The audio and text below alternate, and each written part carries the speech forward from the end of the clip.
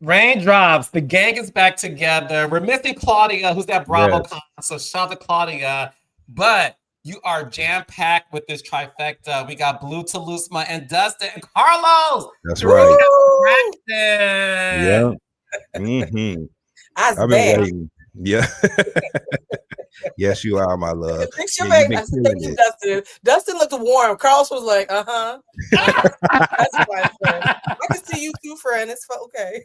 No, y'all look great. Y'all look great. Listen, there's a lot happening when it comes to the show. First of all, shout out to Dustin and Blue for giving the raindrops such educational dialogue Why, thank as you. relates to the show. Now, listen, yes, y'all watch Monday Night Live, and yes, we recap Potomac Bells, Love and Marriage Huntsville, which is back Saturday, tomorrow.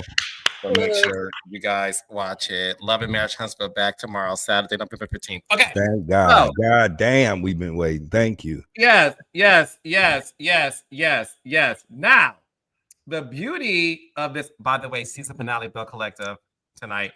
Yes. Raindrops, I'll address how it you do it? Monday.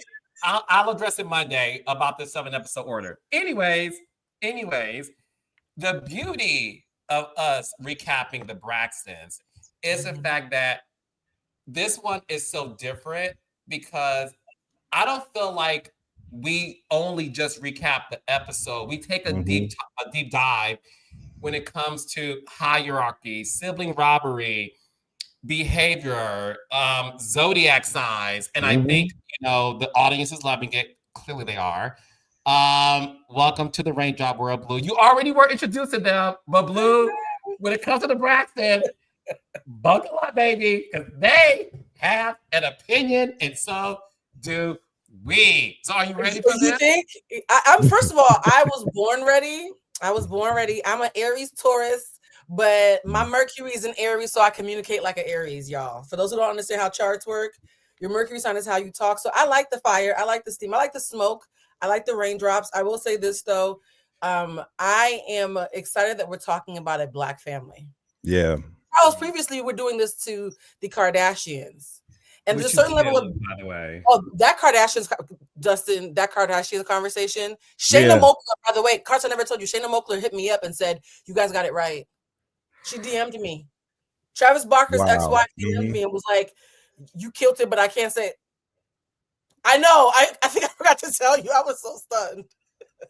You never know who's watching. I You tell never know who's I tell people watching. this.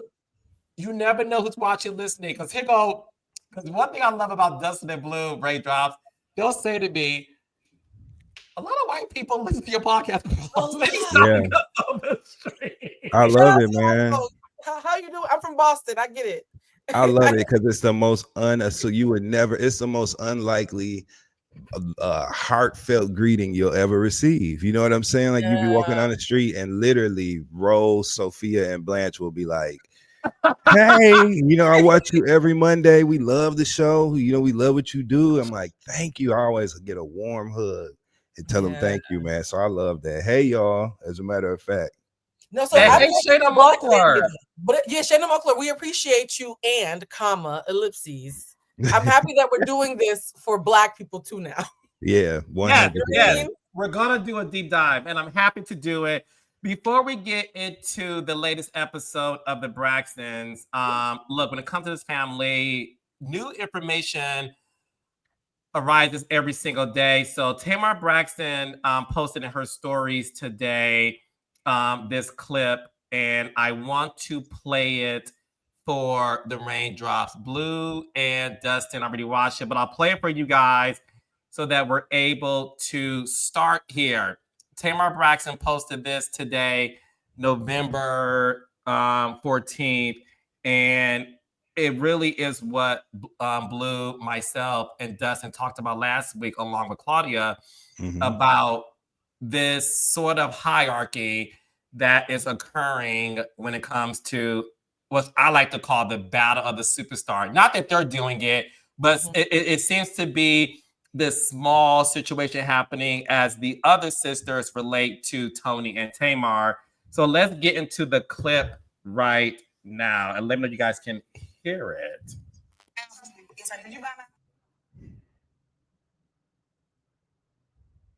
We can hear it. Dan and Tamar, she wants us to text her and say, congratulations. I just had a big congratulations. Tamar, I mean, why? Tamar, you wanted to text you or call you every time you do something? Trina and I just got to LA to support Tony, who is nominated for another Grammy. That's hurtful. So in this clip, Tamar posted a Braxton Family Values episode from many seasons ago where she's at the dinner table and Tamar is complaining to her sisters about the fact that no one contacted her when her album went to #1, when her single went to #1, and no one showing support. Tawanda in her interview said, well, damn, when you take a shit, should I say, oh my God, should you call me? Tamar took a shit. Guess what? She took a big shit today. And then the next clip. That's I was trying to be a serious journalist. I just want to say I rest my case, okay? I'm not going to repeat what I said. I rest my case. So then immediately following that, okay. So Wanda is exclaiming excitedly how, you know, they all flew to LA to support Tony, who is nominated for her Grammy, and how excited they are. Obviously, to me, and I would love to hear from you, obviously, Blue and Dustin. To me, I think what Tamar's trying to say, y'all couldn't even text me to tell me congrats on my album or single, but you're flying to Los Angeles to be there for Tony Braxton. Dustin, what are your thoughts on the clip that Tamar posted today? I think she effectively illustrated a parallel for us, right? Or I guess like an imbalance. She literally showed us examples of her sisters being less than supportive of her in a way that she had expressed to them specifically that she needed support.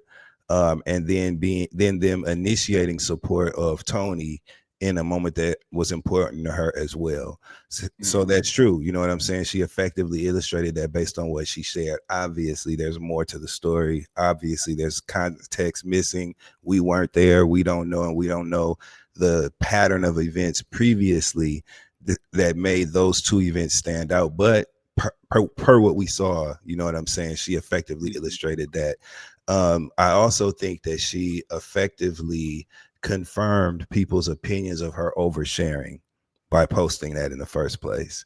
I think that once again, we find ourselves in a situation where Tamar, albeit in the right, based on what she showed us, is in the wrong for sharing it in the first damn place. Why is Tamar committed to sharing her personal thoughts, personal feelings, and personal tanks on the internet to strangers who she is well aware and fully aware of the capacity that they have to be negative and to impact her own journey negatively, right? Tamar has consistently reiterated that she's on a mental health journey, and that's something that we should give grace to, full stop, right? Give grace to that. However, she also has to be concerned about harming herself by variables and things that can be detrimental to her making progress, and telling all the internet her fucking business is not going to help her in any way. It's not going to benefit her relationship with her sisters. It's not going to benefit her mental health journey. It's not going to help at all. There's other outlets available. I'm sure she said that she's consistently in therapy. In fact, on this episode, we saw her in session with her homegirl. That's a medium too. So you getting a 2-for-1. That lady was on sale. You know what I'm saying? I saw like you got dose outlets. So I just feel like get off the internet and it'll help everything. If she's concerned about the public having a negative perception of her, get off the internet with your personal business. You want to make progress in the healing journey that you keep referencing yourself. If she say healing one more time, healing, get off the internet. Get your personal business off the internet and promote your music and whatever other projects you have going on. She did it again by commenting on a post that was on one of the blogs, maybe the Neighborhood Talk, shout out to them, where they were discussing Trina. I'm sorry, I don't want to overstep. So I'll leave it there because I'm sure you're going to bring that up later. I'll just leave it right you want to? Okay. All right. Okay, cool. So before we get to that, Blue, what are your takes on that? Do you feel like you know, is Tamar using these examples that the audience derived from, you know, clippings of the show? They put it on TikTok. Do you think this is Tamar's way of saying, I feel like nobody listens to me. They think I am this, you know, person that just always go off. This is proof of what I've been saying. This is tangible proof that the fans have put together. And is that Tamar's way of getting her message across without speaking, or do you feel like she's causing more harm than good? See, here's the thing, because to me, those are two separate questions. Why she's doing something and is it going to objectively cause harm, to me, are two very different things, right? Because I think doesn't make two great points. The first point was she lacks discernment. You just beautifully outlined how she lacks discernment and was not gifted discernment. And the second thing is she is seeking for her family's acceptance and celebration from them, right? That's very loud in that clip. Here's where things get tripped up, right? Dustin, you're from Michigan? Yes. My friend Kendall's also from Michigan. And one of the things that I recognize for people from that area, you guys are really great at family. Every single person I know from the Detroit area has a very pronounced, like almost like idealist, like it's everything we thought the Cosby's was. Every N-word I know from Detroit got family. You know what I'm saying? Even if their family gets on their nerves, even if they got 3 different brothers from 3 different fathers, they don't care. Family is family. And I think that core is why that discernment comes so easily to you. Conversely speaking, though, in Tamar's mind, Toni is loved because the public loves her. They're nice to whoever the public loves. If I can get this is little girl Tamar, not adult Tamar, who likes the you guys were both gifted with, right? Little girl Tamar, who's running adult Tamar from the inside, like that movie Inside Out, is thinking they love Toni, and because Toni's a superstar and she's beloved by the world, my family reveres her. Because Carlos, remember I sent you that clip about how Trina talks about Toni? The reverence is like she's talking about the Pope. In Tamar's subconscious, if I can get the public to side with me, my family will finally listen to me. She's not doing it in her mind. And it's sad. It's a little girl thing. I see it in so many of my clients. I have a client who is 60, who is constantly arguing with the public. And then she finally cried one day and said, I just want my father to be proud enough of me to tell me he loves me. So what Tamar is doing for the public, she's thinking, if they love me, you guys will love me the way you love Toni. You guys will have to listen to me now because you're slave to optics. So maybe the optics will be the only way that you'll affirm me. And so I agree, the lack of discernment, but I understand the trauma that's informing it. That you know what? That's deep because, you know, look. You're right, and she doesn't get it. She just doesn't get it because of the pain.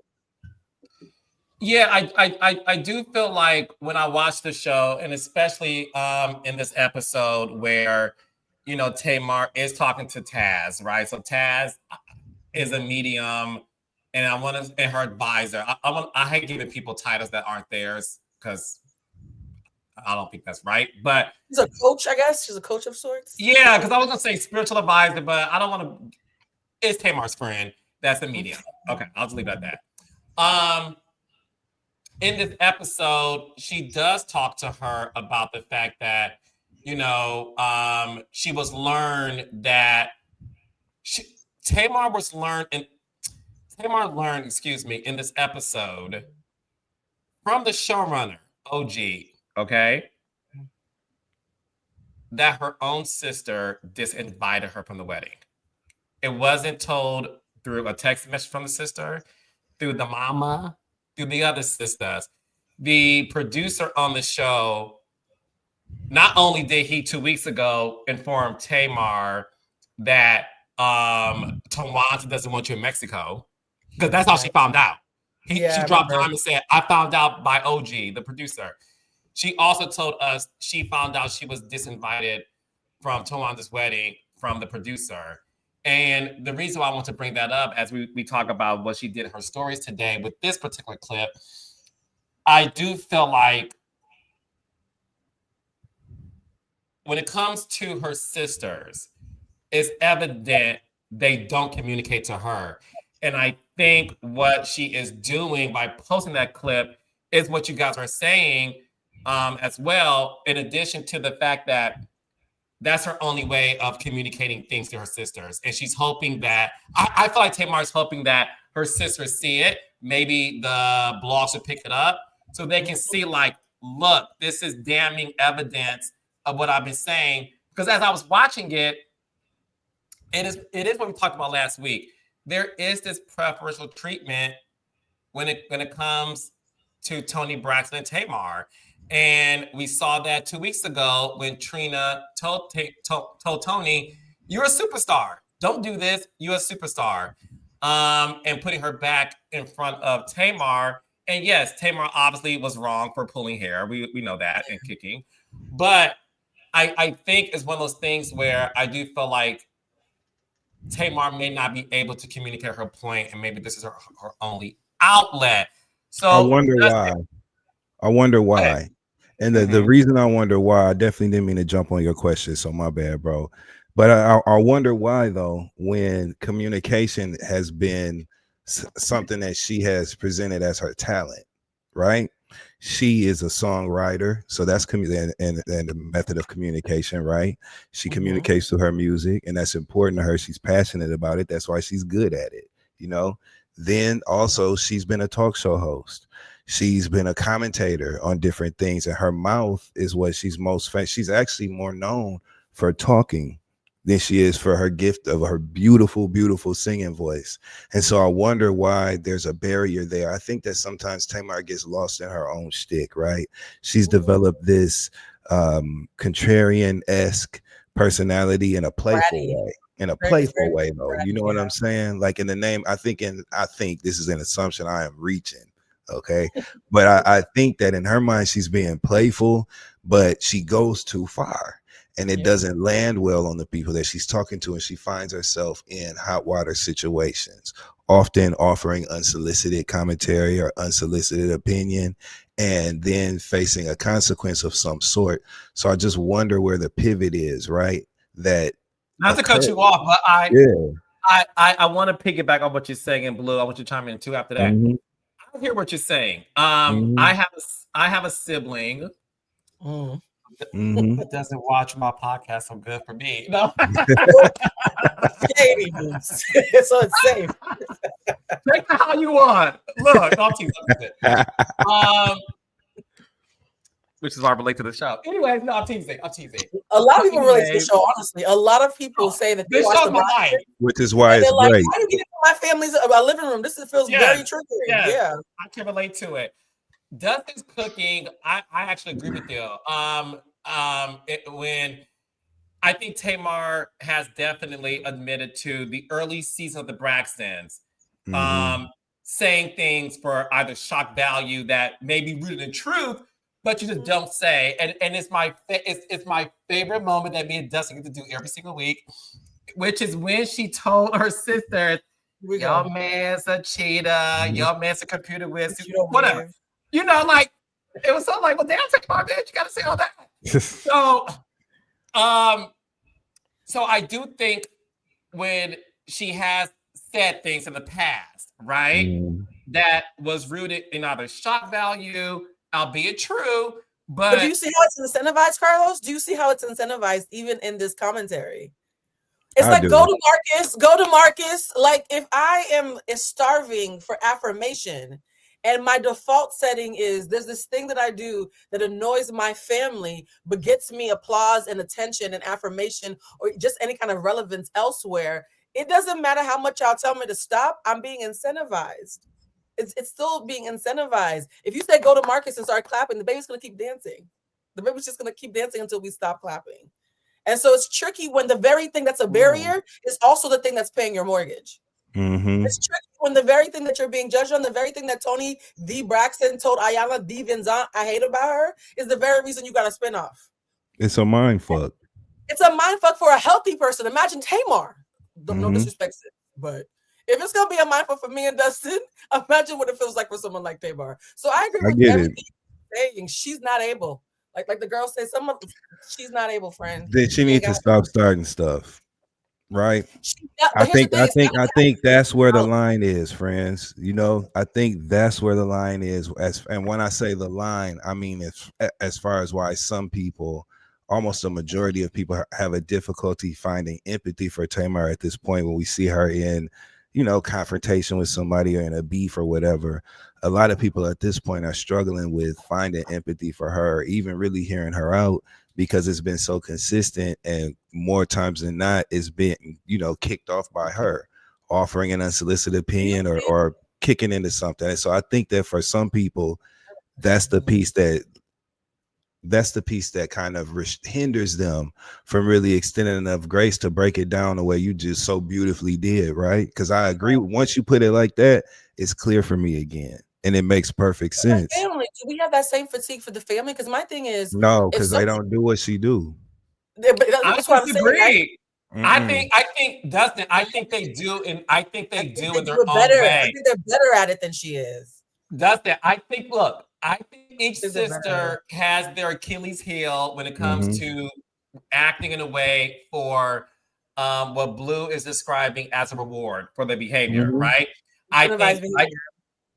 So like last week when Blue said how Tawanda allegedly used this, I do all this for you as a way of keeping it in her back pocket to use. I think they all do it. But Blue, what do you think? Trina with the boots. She's a boots everything. Like her being the complicit Canadian cousin. That's working for her too. A boot just as much as your husband is the computer whiz. That's her version of that. The only point I agree with y'all within the sister group, right? I agree 100%. They're 4 parts. Each of them are a quarter, right? They're equally complicit. I think when it comes to people's perception of Tamar, specifically like focusing on that, I think because there have been so many conflicts external, you know what I'm saying, of what's going on within the family, it's began to paint her as the person who is the problem, because it extends so far. So when I say the other ones don't do it, that's really what I was speaking to. Like, who Tawanda and Trina been beefing with outside of Tamar? You feel me? Like, we haven't seen them have like public. My question wasn't about them. It's about Tamar is crying because she's like a baby who wants a hug.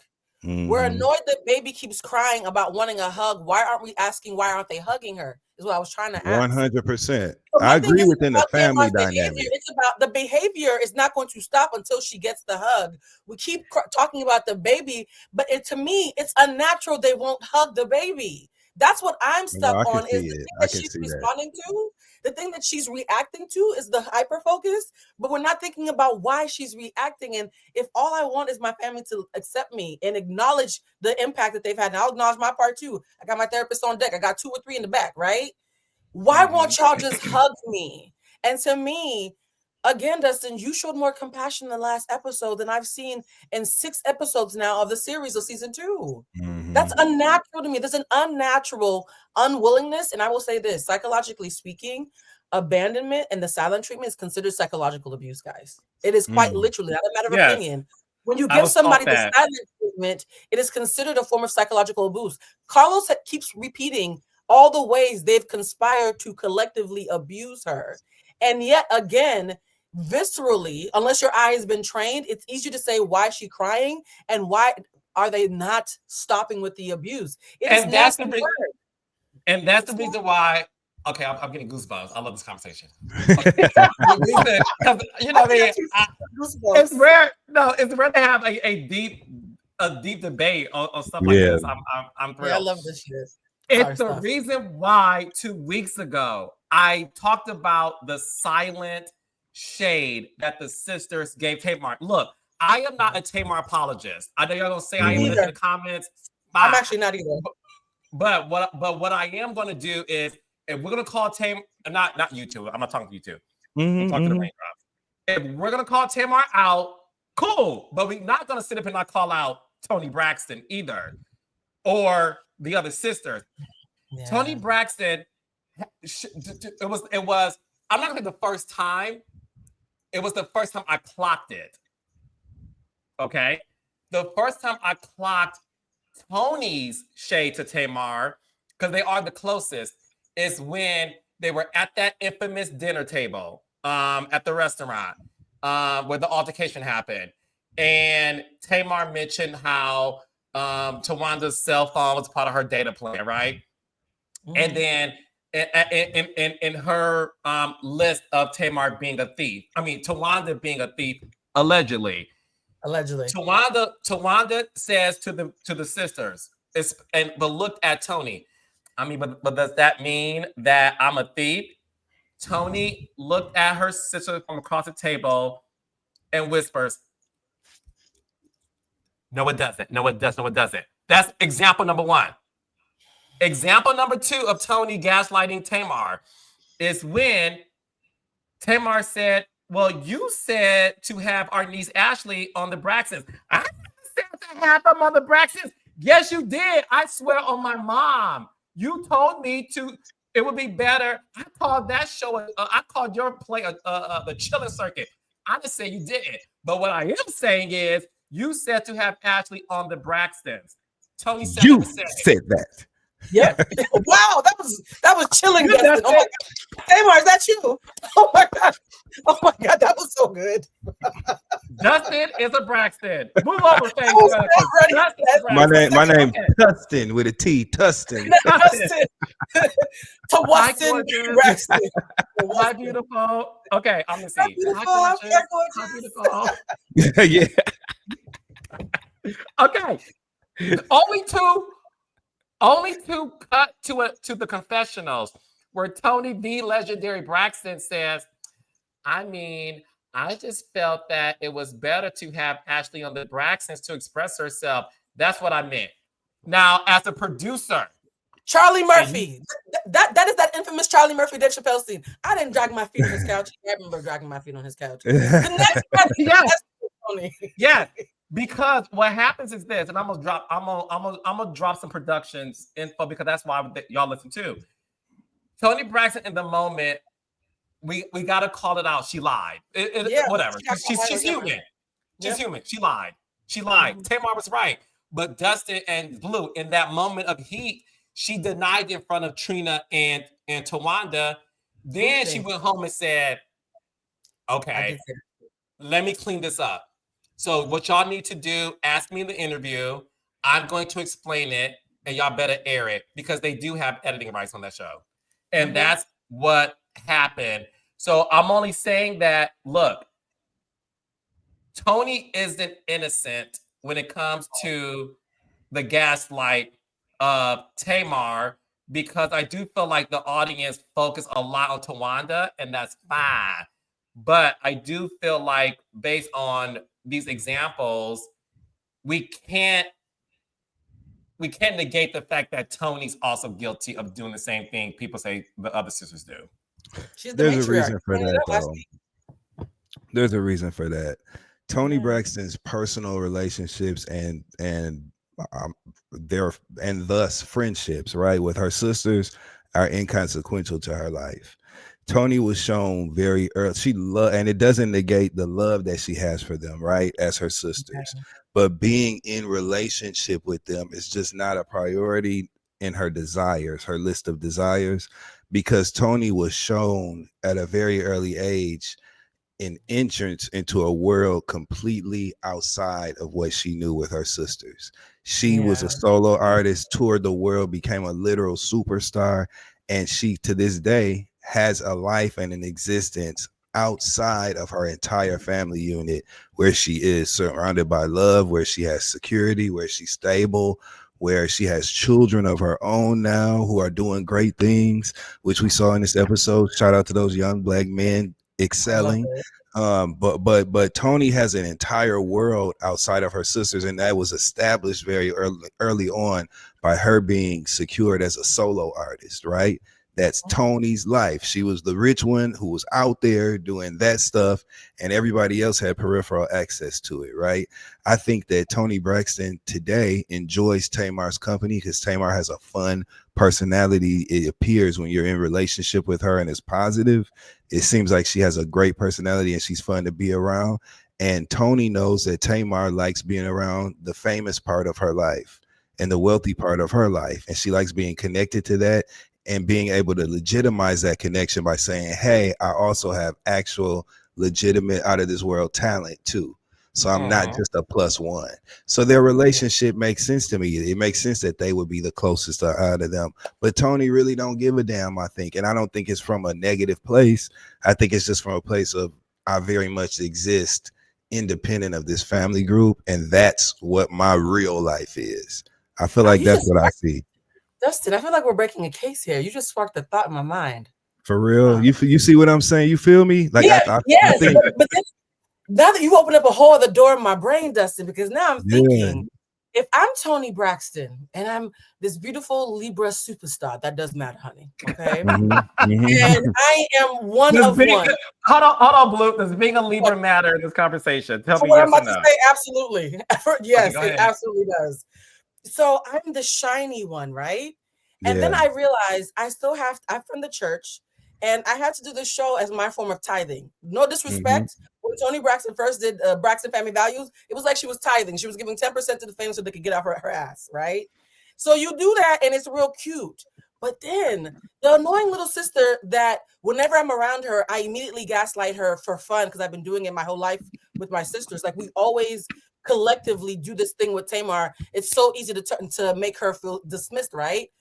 The thing that I've always told my sister was see her as the one that's fun and cute, but if she's ever too much, it's easy to dismiss her. Like a fly shoe, right? And then she becomes the breakout star. And there becomes rumbles where little sis is a bit of an asshole because we didn't teach her emotional regulation as matriarchs. So it's going to her head that the audience is affirming her in the way that I haven't. If my other sisters who are obsessed with me keep on picking on her, two things are happening. Number one, we have content. And number two, the deep part of my ego that at one moment around season 3 thought that I might have competition never has to worry about that happening.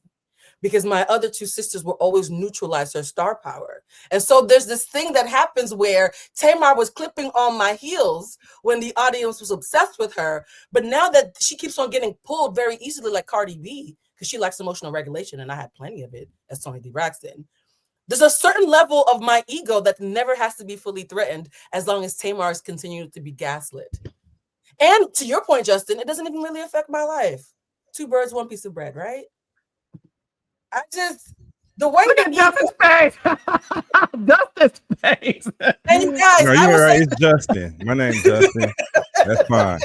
And you guys, I will say this: I have an unfair thing that's working because I serve about 500 clients a year, and many of them are celebrities. Can I be 501? You confess to me a lot, so I'm starting to be like, I know a client.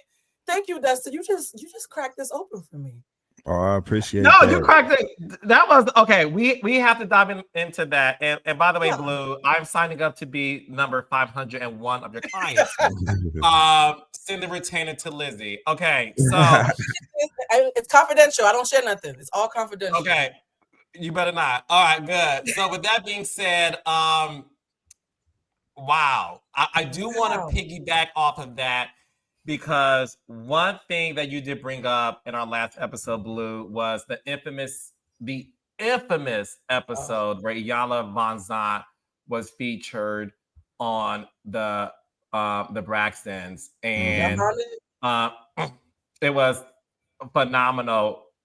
Piggybacking off what you just said in that episode, and this is a direct quote from Toni Braxton as it relates to what she told Iyanla when asked about whether or not she felt guilty about her career.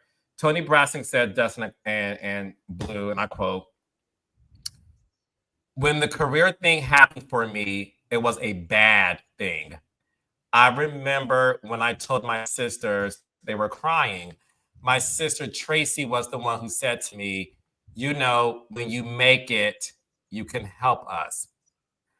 I always try to abide by it, but the responsibility of it was so heavy."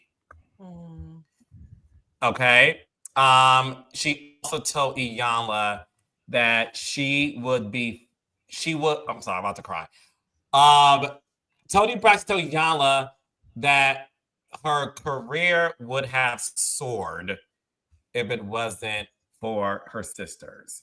The guilt that she has, because when she did get the record deal, her mother constantly said to her, do not forget about your sisters.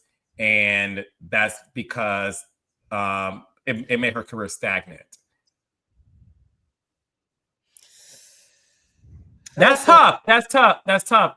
And that the reason I want to bring that up, because look, when Blue talked about the fact that, you know, you said what, 2 birds, 1 bread? Mm-hmm. Okay. Toni Braxton is the superstar of the family, and it's fine. Everybody knows that. She is the living legend. And she was selected from L.A. Reid to be the solo star out of her sisters.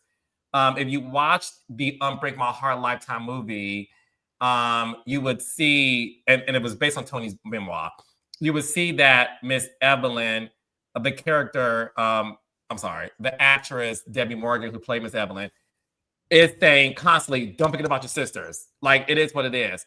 And when the reality show conversation came up, Miss E took Toni aside and said, baby, do it for your sisters.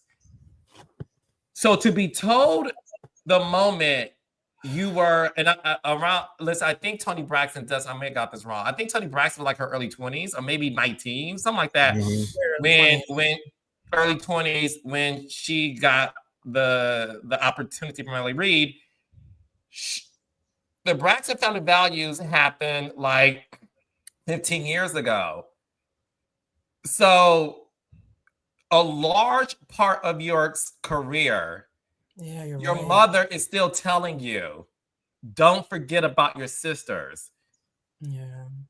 And do you guys think, when it comes to this pressure from Toni, is that a part of the reason why Tawanda and Trina constantly make sure she is, you know, praised? Yeah, and I also think that Tawanda and Trina may not have interest in a legitimate pursuit of solo superstardom in their own right.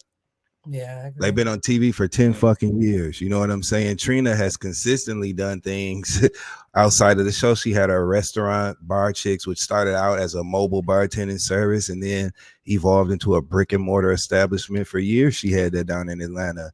Now we see her, you know, filming as a real estate agent who is focusing on clients from entertainment and, you know, the entertainment world. Again, venturing off to do something else. She has put out music and had her little fun moments, party or go home. We all know the hand, you know, but I don't think that they had a desire for the relentless pursuit like we saw from Tamar. Tamar played chess with that. She had a solo album back in the day that she put out that people love, but for a while, right, she wasn't in pursuit of stardom like that. When she decided that she wanted that, we saw her break that wall down with Vince, get him on board, and then she went after it. It was important to her. I don't think the same desire is there. So I say that to say that I think that Tracy and Tawanda have gleefully accepted their subordinate role and subordinate capacity to Toni Braxton's majority role or majority capacity in their relationship in that way. They're fine being number 2. You know what I mean? And I don't think Tamar is, because she wanted it for herself. I think it's that simple. That's her biggest sin. Like, we always talk about how Tamar's biggest sin is being embarrassing. And Dustin, I love how you broke that down about how they resolve themselves, because it could be a thing where everybody back in the day, at least, wanted to be famous, but not everybody wanted the work that came with it, right? Everybody thinks it's real cute to be J-Lo until you have to realize you have to be at the trailer at 4 a.m. with a full beat after doing 2-a-days and eating nothing but protein. So I think the middle sisters wanted the optics and the perks, but they were like, oh, you gotta work. A boo. Like, I'm gonna go right back to just being a sidekick, right? What I do think happened is, though, in their mind, we're not Toni Braxton, and so it was not even our fault. And so we should all be resigned to not be Toni Braxton in the family.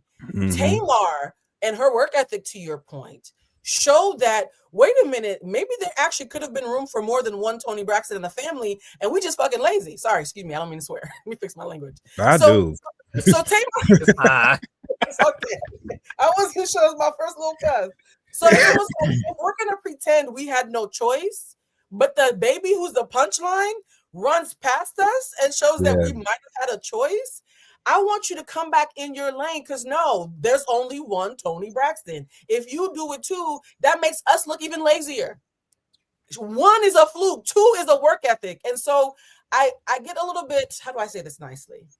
I get a little bit nervous when I talk about Tamar because I would find her just as annoying if she was my sister.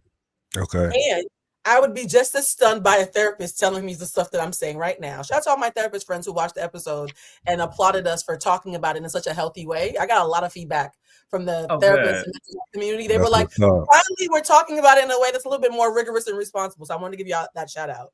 But there comes a time when we have to admit that if I'm Toni Braxton and this was supposed to be my tithe, to Dustin's point earlier, it wasn't supposed to interfere. It never occurred to me that you might be competition and between siblings. I'm one of 8. Between siblings, there becomes this thing sometimes of you can be happy for your sibling, but they're often a reflection of how you're doing. And if you don't like what's in the reflection, the sibling gets an attitude, right? The sibling gets a whatever. And Toni had a moment where she was going through some ups and downs as Tamar was ascending. And my gut is telling me she might have felt away. I think she's used to being the one who has to check out for her sisters. It never occurred to her that a sister might be competition. I think that kind of stunned her. And she is relieved that Tamar will always be eclipsed as the joke. I think she's a little bit relieved. And I want to add to that too, because there's another Libra of a very successful family named Kimberly Noel Kardashian. I knew it. Hey, let's have a real conversation. Our road leads to Kris Jenner. Who is Toni Braxton's best friend, by the way? Well, we can end the show. Wrap it up. I think we just solved the case. They're best friends. She was just at her birthday party, vice versa.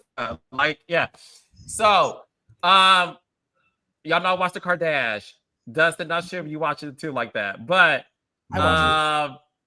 Kylie, at one point in time, speaking of baby sister, we all know that Kim is the Kardashian. She's the face of the family. And like Toni, a hard worker, she works hard. Kourtney doesn't want to work. She's like, I want the money, not the job qualifications. Khloe's like, I think it's fun. Like, I'm down. Like, whatever. Oh my God. They all match up. It's fun, right? Yeah. Kendall is more like, I can do without this, but I like my lane modeling, which is why she's the only one who lives in Beverly Hills and like Calabasas. But then you had Kylie, the baby sister, who became the sleeper hit that had this. She was the first billionaire of the family.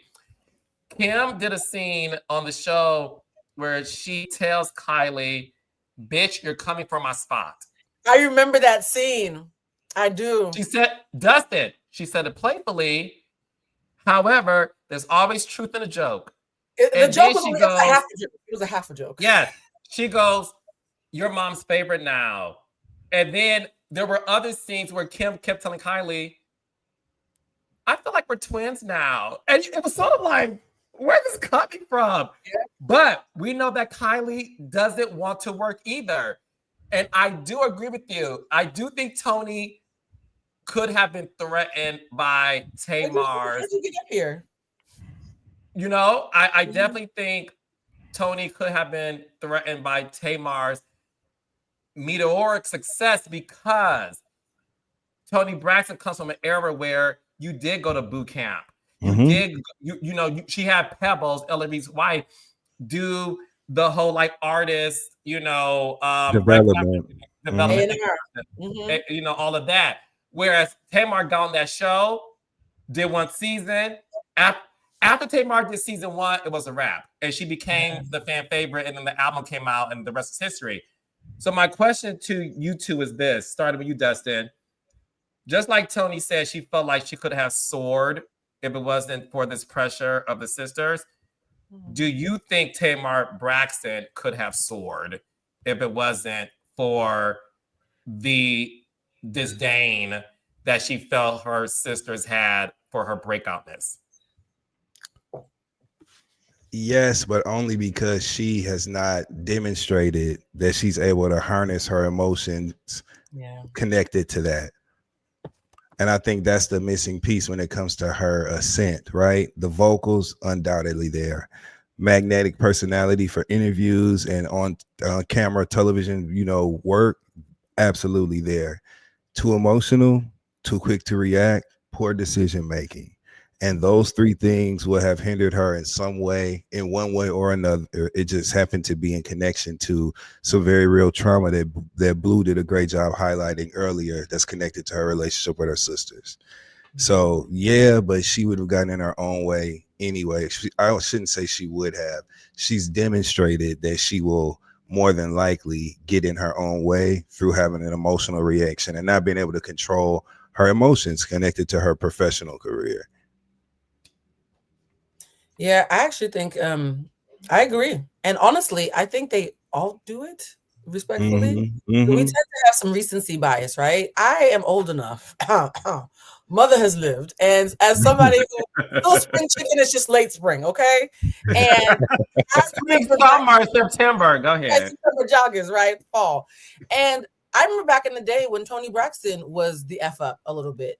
I remember Toni Braxton talking about how shamed she felt when Oprah questioned her on being bankrupt for the 50-11 time, right? Buying that Toni Gucci flatware. Known as the shopaholic at Libra, the shopaholic who couldn't keep 2 pennies in her purse.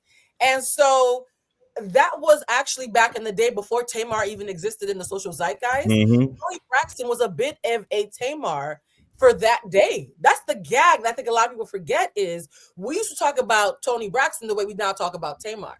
And we used to talk about her, we used to talk about her poor money management, her life. Like it's a list, baby, because mother's old. It's a list. And remembering back, because I used to call me Entertainment Tonight back in school, so I remember way too much. And back in the day, I remember TV came out with an expose and was like, yeah, one of the darkest moments of my life was when Oprah asked me, did I need Louis Vuitton plates as I was going bankrupt? Like, she carries pain about how she mismanaged her discernment, was seen as the bankrupt sickly sister who had an amazing voice and had a bunch of other little sisters who could sing. And with time, she became polished through the memory. But at the time, in the same way with Whitney Houston used to get dragged. They used to call her an Oreo. They said that Whitney Houston wasn't Black enough. And then there was a whole campaign to have the Black community stop clowning her. So we tend to, when we stop clowning a legend, only talk about the last bit, but forget like the licks they were getting before. And so I don't think that Tamar was going through any licks that were different than her sister. The only difference was she didn't have her sister's support. When Toni was getting dragged through the mud by the tabloids, she was still revered as Toni D. Braxton in the family. When it happened to Tamar, she didn't have that support. It was the opposite. So I think they both self-sabotage. I think they both have dynamics with their sisters around stardom, but I think one was endorsed and got much further, and one was chastised and is now public enemy number one and having to do friendly fire. So again, I think Tamar is the, how do I say this? You know how they say that Donald Trump is a result of America being America? When you have a capitalist country like America, Donald Trump is almost like the outcome of us moving like this for a couple hundred years. I feel like Tamar Braxton is that for her family, where there's all these sins that people have figured out how to cover up. And it all came to roost with Tamar. You had all those dysfunctions that we've seen in more polished ways represent themselves. But Tamar, we got the pure, uncut, dirty mess of the family. She's their slip deck showing. And I think that's why every conversation about Tamar, I bring it back to the family, because I think she's a symptom of the family. She's just the person who could hold it together the absolute least. She can't also, I agree. Number one. Number two, another point that shows the difference in the circumstances involved and also the reception of the scandal and controversy attached to the sister component. Like, yes, Toni Braxton was, I'm not going to say scandal ridden, but there were definitely scandals and controversies attached to her at the height of her superstardom, right? When Tamar rose to, fame and notoriety, we had the internet, we had social media, and so there was an influx of opinion and commentary that simply didn't exist during Toni's most troublesome times, right? And also Tamar's conflicts and the scandals and controversies attached to her name, it directly involve other human beings who are typically celebrities as well, who also have people that support them, people that hate them, who will fuel Tamar's side of the argument, people that support them who will fuel their side of the argument. There's just a lot more of an engine behind the controversy in Tamar's case, which is actually kind of unfair to her, because these types of conflicts actually have happened forever in the entertainment world. We just weren't privy to them because of the access that we have now to certain spaces. Bankrupt Tony Braxton might have gone live. Let's be honest. We never know. We just never knew that Tony was arguing with nobody. But we knew Tamar was. That's the thing. But Dustin and Blue, remember Tamar? I mean, you're right. Tony probably would have gone live. Y'all remember that clip of Tony Braxton getting in her car and she's cussing out paparazzi? No. I don't remember her cussing out paparazzi about it. I don't remember the car part. I just remember her cussing and me being like, yeah, she's in the passenger seat of the car. Tony Michelle would have came out. You said what?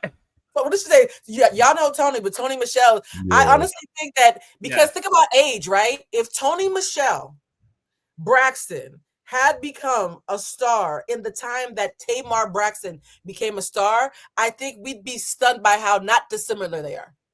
I think we'd be stunned by how on the nose, in the same way all the Braxtons look alike, and if you squint, you can see their mama. Yeah. I think that Tony and Tamar, it's timing that makes them seem so far apart. I actually don't think they're as far as we think. I think their distance is an optical illusion, which is to your point, Dustin, why they get along so well. There's a certain level of shit that Tony likes that Tamar is the more honest iteration of. Tamar is the honest Tony.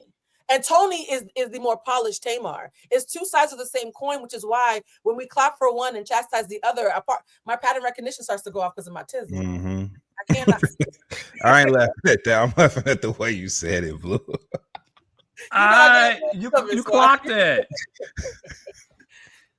I love every case, guys. We should just take celebrities' lives and heal but this is why this is better than just recapping scene by scene. Okay, the clip that Dustin was going to bring up earlier, once again today, speaking of live, Trina and her husband Vaughn went live. I believe they're YouTube, maybe Instagram. And long story short, somebody did ask about Ashley. And Trina made reference to, we're not gonna, I'm not addressing that's people have their own version of the truth pretty much. And in another clip, she talked about how if the person isn't alive to defend themselves, then why even talk about it? Tamar commented, wow. So what we do know is this season's biggest issue started with the fact that their brother Michael's daughter Ashley, their niece, alleged that she. I want to be very careful of what Ashley said. Sexting. So it was that. So what she said was, and I have a very. Here's the part we haven't talked about yet, and I've asked myself, well, how much are you going to behave if it comes up? So it's come up. So let's see. I have some quiet beef with Trina. Personally, about the handling of this, because the story that is agreed upon timeline wise, not specifics wise, is that the young girl Ashley was staying with a aunt and she was hanging out with her, and then when she left, the husband of the aunt started to text her and sext her, S-E-X-T, send her inappropriate messages. And the conversation was about, when I told my aunt this happened, instead of being mortified that her husband put me in a really inappropriate situation, it somehow got flipped that I was being inappropriate for corresponding with him. And they were treating us like equals, like I was someone having an emotional affair with her husband, rather than seeing me as a child who was being groomed. In the opening scene, and I went back and I watched it after our last episode, Tawanda is sitting there. They don't say who the husband is, but number one, they're saying the husband's not here anymore, and Gabe is the only person that we know who's passed away. So allegedly, that's the speculation. And number two, the scene that bothered me deeply and grossed me out was when Tawanda's sitting across from Trina, and she says, well, you're a victim too in this too. That's nasty work, Carlos, full stop. Objectively, if a child may have been groomed by your partner, your embarrassment that you are sleeping with the predator, it does not make you more somebody who needs to be centered instead of the child who you fail to protect or cover. And so if the allegations that Ashley said are correct, and these are allegations, that her aunt saw her as a Jezebel, as fast rather than as a victim, and now her other aunt is on camera saying, no, you're the victim, Trina, not the young girl that we abandoned and didn't have her back. The family that I keep telling y'all about, it keeps showing itself in these quiet moments that once you have context, become very stomach turning. That was a very stomach turning scene for me.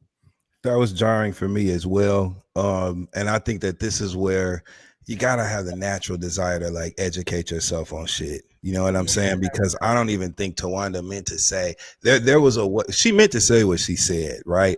But there was a way to inquire about and dissect Trina's experience in that situation without referring to her as a victim when you're talking about an actual victim.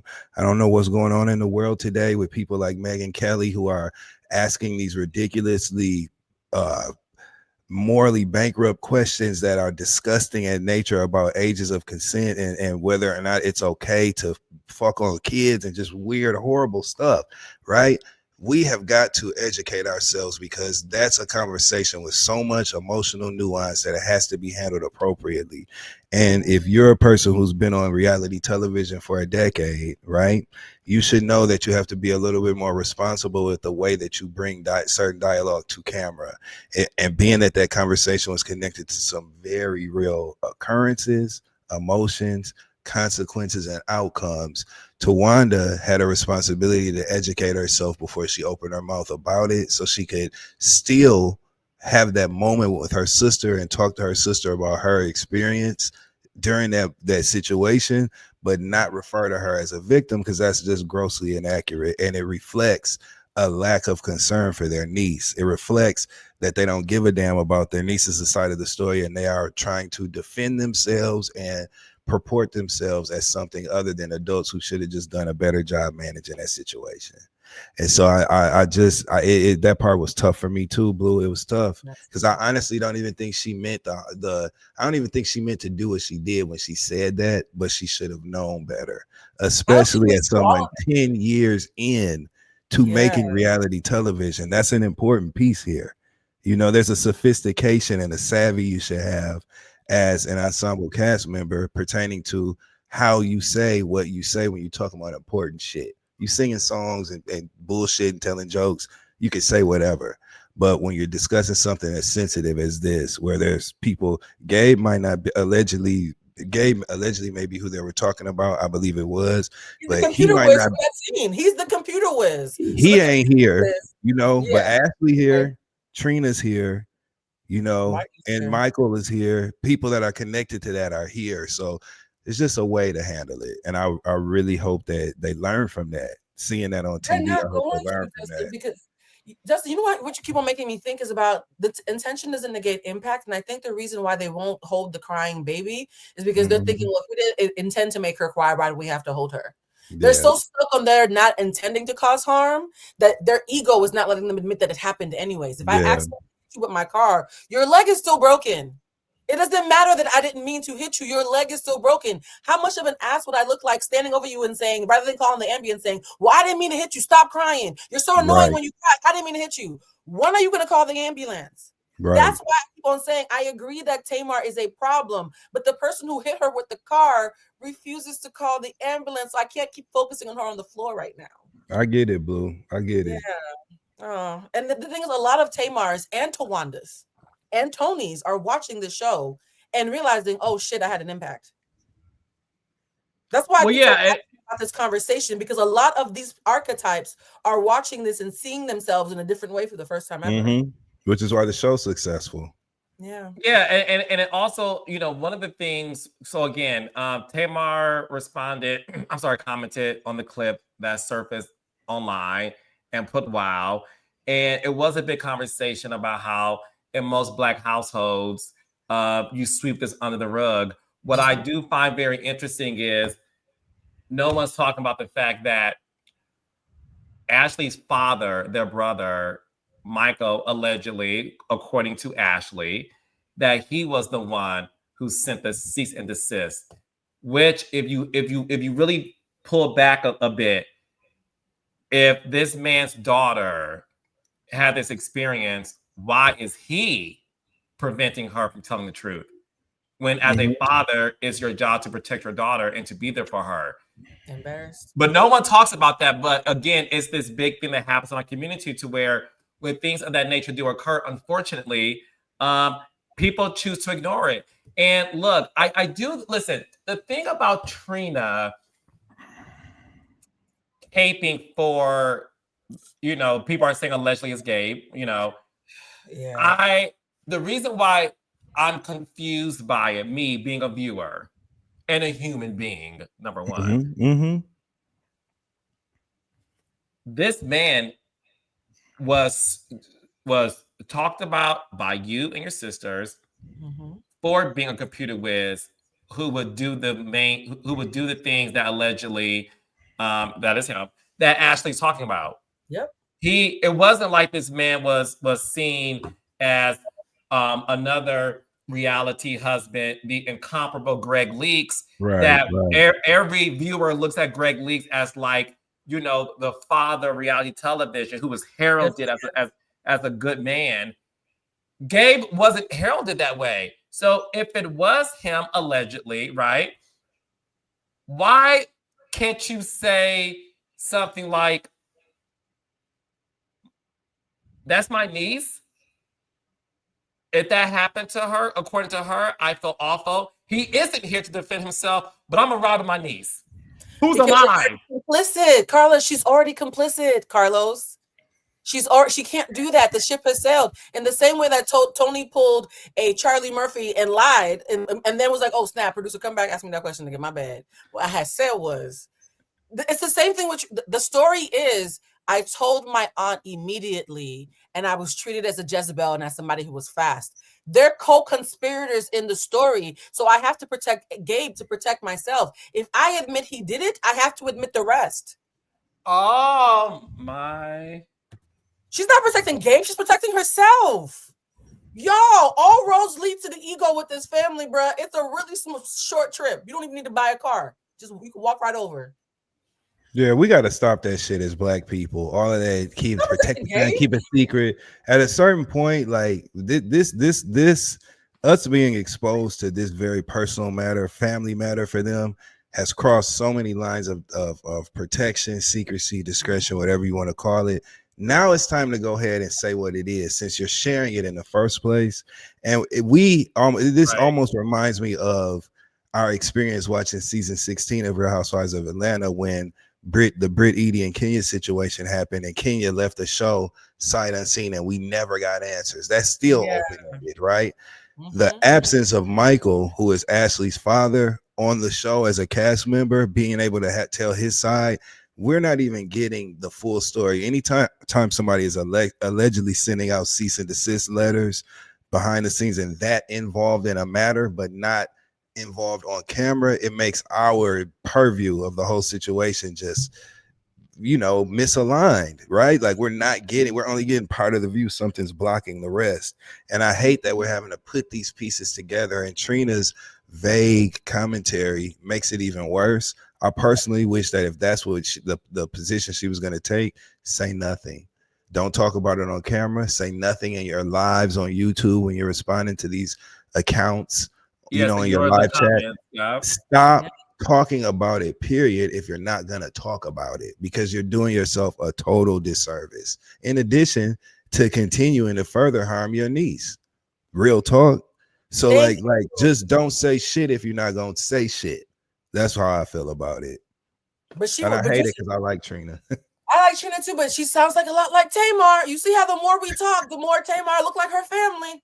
They are their family. Tamar's they're all doing it just at lower cap locks. Like Tamar says everything in cap locks. They say everything in lowercase. They're still saying the same sentence.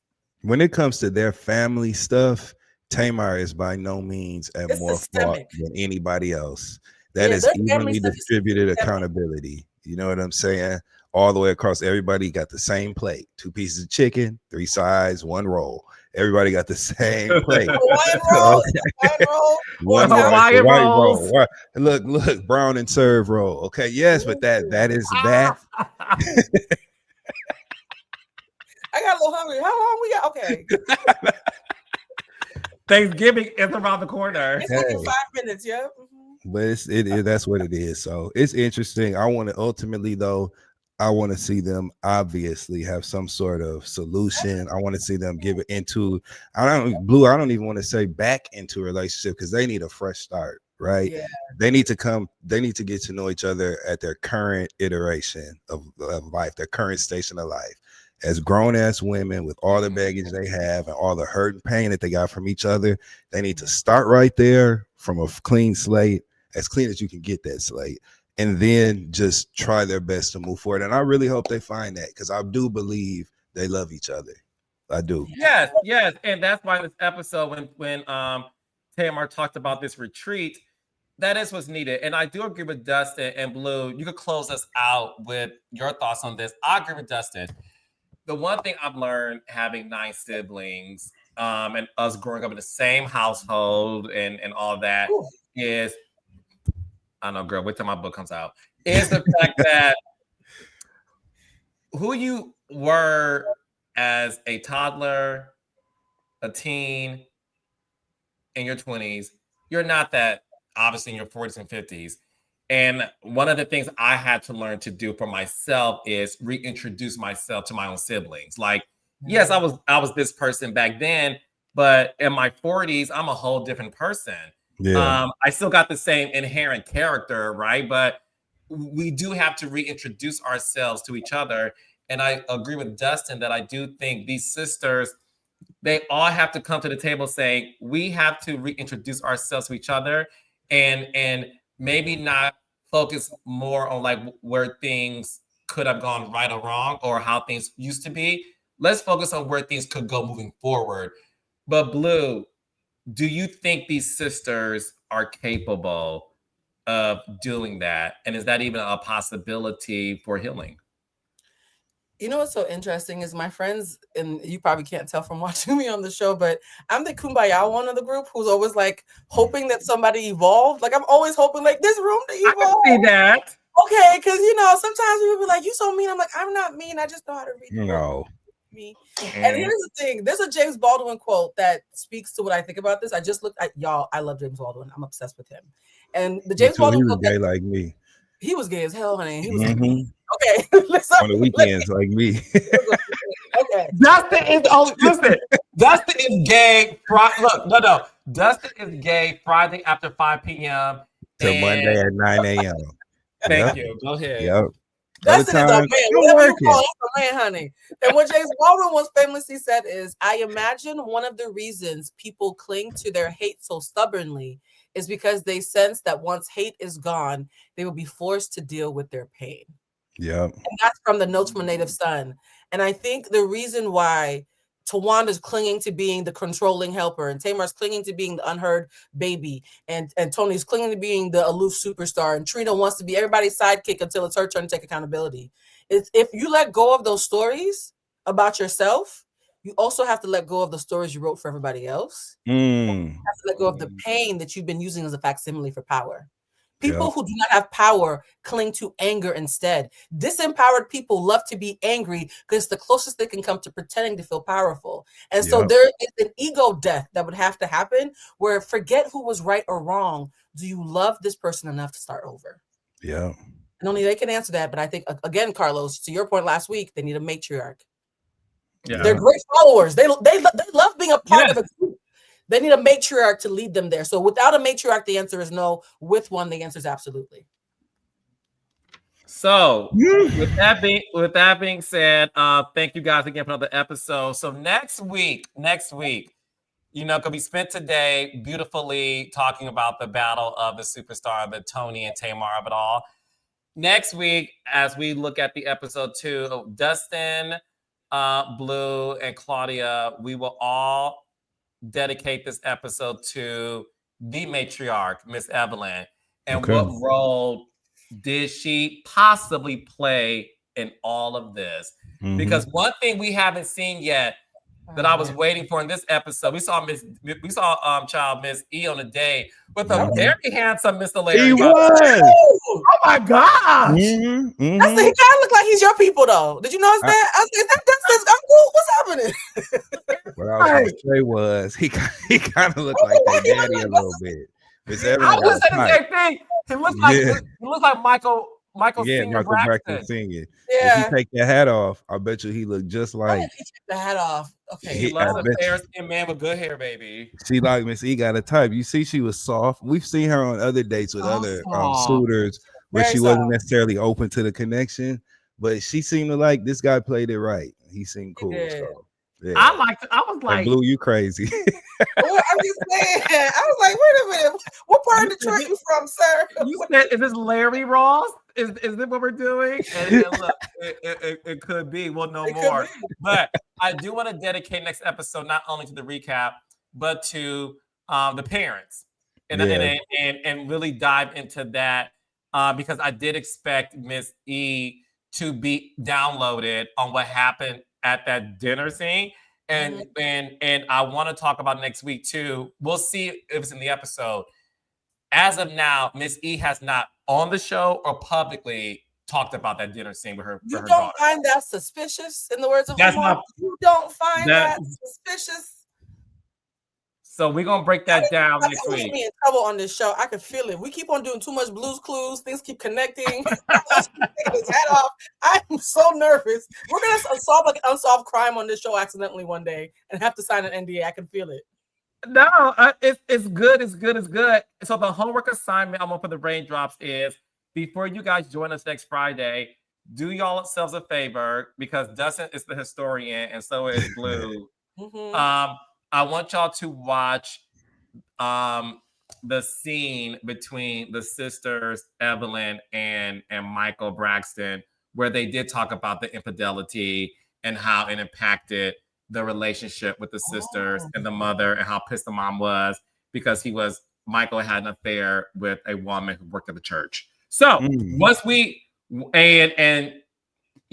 do your homework assignment so that as we talk about next week's episode, we're also going to talk about the parents because could that have had an impact on what we're seeing with the sisters too? In the words of Miss Evelyn, your daddy used to lay it low and spread it wide. Yeah. I was so appalled. I'm still completely appalled.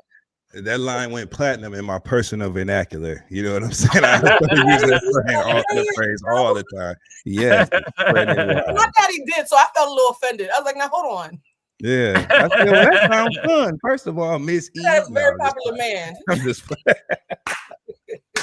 that sounds fun. Justin, it's about to be Friday after 5 o'clock, so put on your cape. Thank you very much. Thank you very much. I am about to. It's time to turn it up. D on my chest. You said G or D? D. Oh. All right. Oh, for Dustin. There we go. All right. So, raindrops, thank y'all again. We will see y'all next week. Bye. Bye, Ray.